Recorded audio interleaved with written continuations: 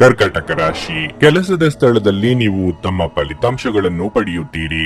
ನೀವು ಕಚೇರಿಯಲ್ಲಿ ಉತ್ತಮ ಪ್ರದರ್ಶನ ನೀಡಲು ಸಾಧ್ಯವಾಗುತ್ತದೆ ಮತ್ತು ನಿಮ್ಮ ಬಾಸ್ ನಿಮ್ಮನ್ನು ಸಾಕಷ್ಟು ಹೊಗಳುತ್ತಾರೆ. ನೀವು ಇಂದು ಕೆಲವು ಒಳ್ಳೆಯ ಸುದ್ದಿಗಳನ್ನು ಸಹ ಪಡೆಯಬಹುದು. ನಿಮಗೆ ಬೇಕಾದ ವರ್ಗಾವಣೆಯನ್ನು ನೀವು ಪಡೆಯುವ ಸಾಧ್ಯತೆ ಇದೆ. ಕಬ್ಬಿಣದ ವ್ಯಾಪಾರಿಗಳು ಹೆಚ್ಚು ಜಾಗರೂಕರಾಗಿರಬೇಕು.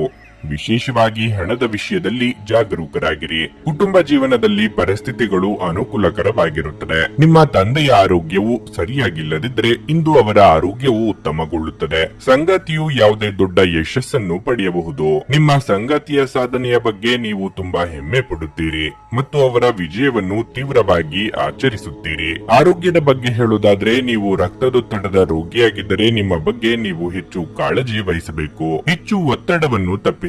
ದೈವಾನುಗ್ರಹದಿಂದ ನೀವು ಅಂದುಕೊಂಡ ಕೆಲಸಗಳು ನೆರವೇರಲಿವೆ. ಇಷ್ಟ ಮಿತ್ರರೊಂದಿಗೆ ಇಷ್ಟ ಭೋಜನ ಮಾಡುವ ಯೋಗ ಕೂಡಿ ಬರಲಿದೆ. ಯೋಗ್ಯ ವಯಸ್ಕರಿಗೆ ಶೀಘ್ರದಲ್ಲೇ ಕಂಕಣ ಬಲ ಕೂಡಿ ಬರಲಿದೆ. ಪ್ರೇಮ ಸಂಬಂಧದಲ್ಲಿರುವವರು ಒಂದು ಹೆಜ್ಜೆ ಮುಂದೆ ಹೋಗುವ ಯೋಗ ಇದೆ. ನಿಮ್ಮ ಮನೆಯೇ ಹಲವು ಕೆಲಸ ಕಾರ್ಯಗಳಿಗೆ ಕೇಂದ್ರ ಬಿಂದುವಾಗಲಿದೆ. ಆಸ್ತಿ ವ್ಯಾಜ್ಯ ಹೊಂದಿರುವವರು ಸಮಸ್ಯೆ ನಿವಾರಣೆಗೆ ಒಂದು ಹೆಜ್ಜೆ ಮುಂದಿಡಬಹುದು. ಹಣಕಾಸು ವಿಚಾರದಲ್ಲಿ ಒಳ್ಳೆಯ ಬೆಳವಣಿಗೆ ಆಗಲಿದೆ. ಕೆಲಸದ ಸ್ಥಳದಲ್ಲಿ ನಿಮ್ಮ ಬಾಕಿ ಕೆಲಸಗಳನ್ನು ಮುಗಿಸುವ ಸಾಧ್ಯತೆ ಇದೆ. ಕೆಲವು ಹಿನ್ನಡೆ ಎದುರಿಸುವ ಸಾಧ್ಯತೆ ಇದೆ.